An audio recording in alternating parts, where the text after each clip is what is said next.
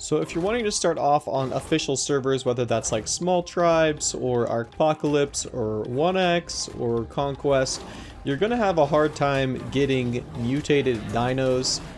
You can either get them through buying them, trading for them with like a friend, or raiding for them, which is pretty difficult. And this is the last way and probably the easiest way to get mutated dinos.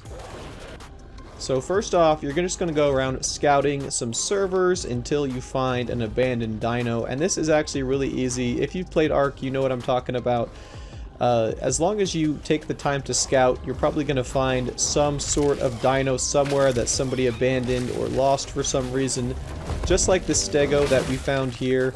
And if they're hard to kill, like this stego, they're have super high health, you can just lead a wild dino to them, kind of like I did with these Ravagers.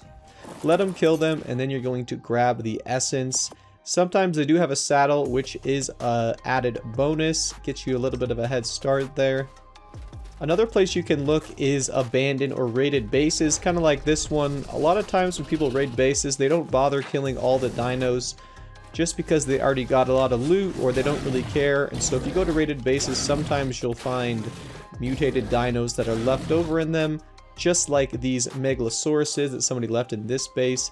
This is another good way that you can get the dino's essence, which is going to lead us to our next part, which lets us take these dinos' essences and bring them back to life, and they will now be our dinos. So go ahead and kill those, whatever dinos you find, and grab the essence.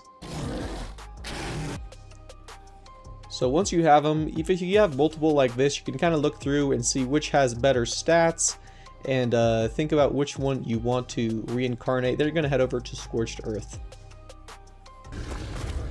So we came over to the Scorched Earth server to reincarnate our dinos, and wouldn't you know it, as soon as we spawned in, we saw even more abandoned dinos. We saw this Therizino and this Stego here, and I did happen to have a Karcha, and so I was like, let me kill these, we'll have even more dinos to choose from.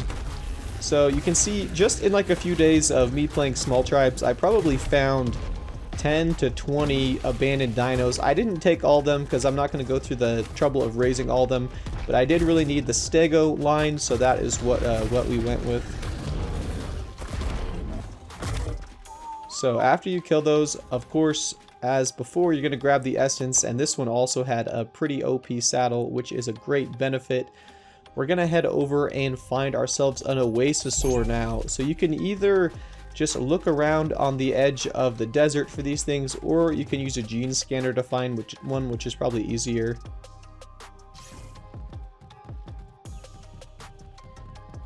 So the gene scanner is going to lead you right to it. But yeah, these things are not that hard to find. If you don't have one of those, don't worry. Just head around the edge of the desert. One will pop up soon enough. And once you find one, be careful not to damage it. These things are actually don't have a ton of health and will die pretty fast if you mess up the taming process. So yeah, land on top and you should be ready to go. So make sure you have a few decent weapons to defend the dino that you're going to be resurrecting. I would recommend either like a really good compound bow or a really good sniper rifle. A flamethrower is pretty good as well if you can, if you want to use it to kill multiple dinos at the same time. So we're going to find the inventory of this oasisaur. It takes you a second sometimes, and then you're going to toss the essence in there. You're going to see the little baby dino right here in the middle of the pond, and then we're going to start having some waves of creatures approaching, just like you see here. It's going to be vultures, and depending on how good your dino is that you're resurrecting, the vultures will get better and better over time. So this is actually a little bit difficult, I'll be honest. So I had pretty good gear here. I had like full Ascendant Flak and then this capped compound bow. And even then it was like a little bit difficult to resurrect the Stego just because it was such a high level. The vultures are low level now, but they'll start getting to max level here in a second as the taming progression continues.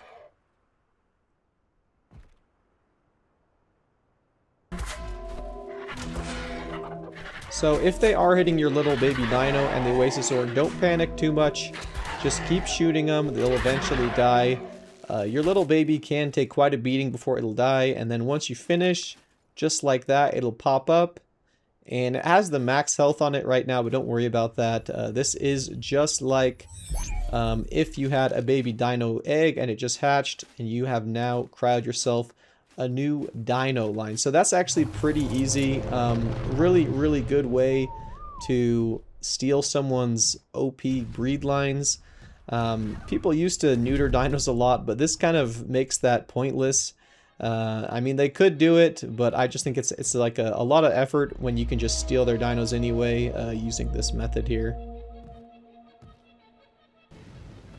Okay, and then once you're back at your base, just like as if you hatched a baby dino, you can toss that cryo out, and there you go. You can see I got this stego with 42,000 health.